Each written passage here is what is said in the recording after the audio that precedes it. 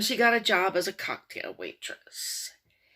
And anyway, uh, her husband kind of got upset with her because there were so many men around her. She was very attractive, red haired, shapely, you know. And anyway, on the sunshiny morning of July 14th, 1963, she found that little Eddie and Missy were not in their rooms. She made a frantic call to Edmund demanding that he bring the kids back because she thought, he had them.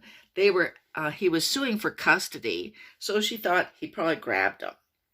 Anyway, at the station house, when they called the cops, Detective Gerard H. Peering, 30-something father of 6, wanted the case, okay? And the cops came over. The residence was a ground floor apartment in a working class, development called Regal Garden Apartments. The window of the kids' room was wide open, and a carriage was underneath the window. So it appeared that Missy and Eddie had either been enticed out of the window or, as they had done before, crawled outside on their own. Now, when Peering saw Alice Crimmins, he was instantly taken aback. Okay, she didn't look like Mother. Her makeup was very heavily applied and very carefully applied. She had that kind of femme fatale appearance, and he remembered thinking, she looks like a cold bitch to me. And he told his buddy, another cop, you interview the guy, I'll take the bitch. Okay, so right there, there's already a problem. Now, a few hours later, they discovered Missy Crimmins. She had been strangled, and she was in a vacant lot. Detective Peering informed Alice that he didn't actually inform Alice. He took her to the vacant lot without telling her in advance what was there. She saw Missy lying there, and she swooned. And he caught her, Detective Peering. But as they were driving, he noticed something. No tears. Okay.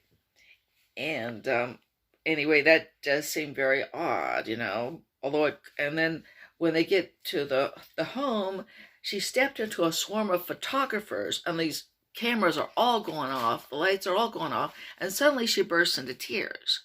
Now, I personally think that the cameras going off released the emotion, but the cops took it as, she must be fake.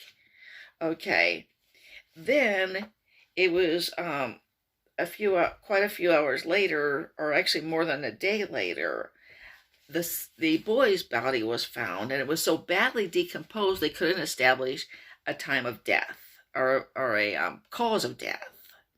A cause of death was impossible. And anyway, it was commonly thought that Alice Crimmins must have killed the kids, but there wasn't any real evidence to prove it.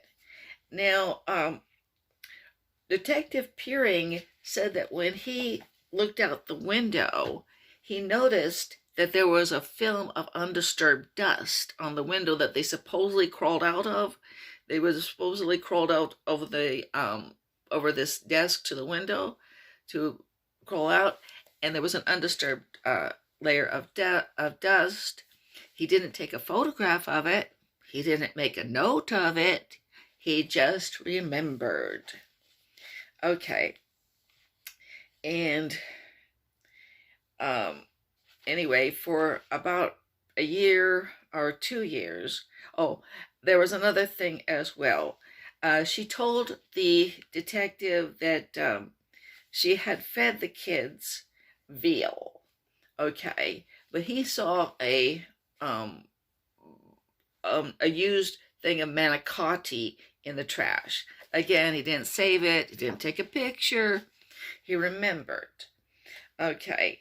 Now, for the next two, and then there was another issue which had to do with the precise time Missy died.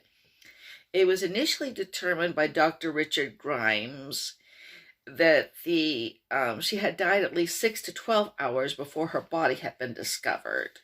Medical examiner Milton Helpburn found that the girl's stomach was quite full and concluded she had died no more than 2 hours after her last meal, which did not include any meat.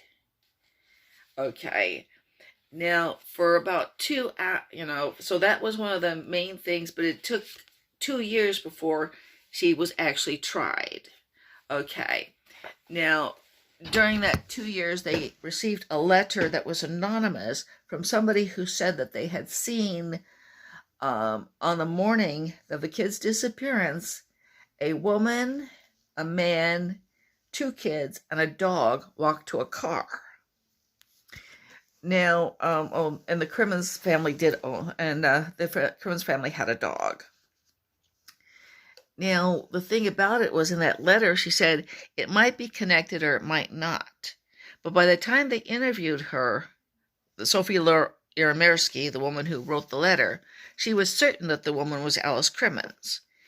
And as time went by, she was not only certain the woman was Alice Crimmins, she started remembering details of what they had been said. Okay, and it was about 2 years after the murders that they arrested Alice Crimmins for murder. Now, they only arrested her for murder of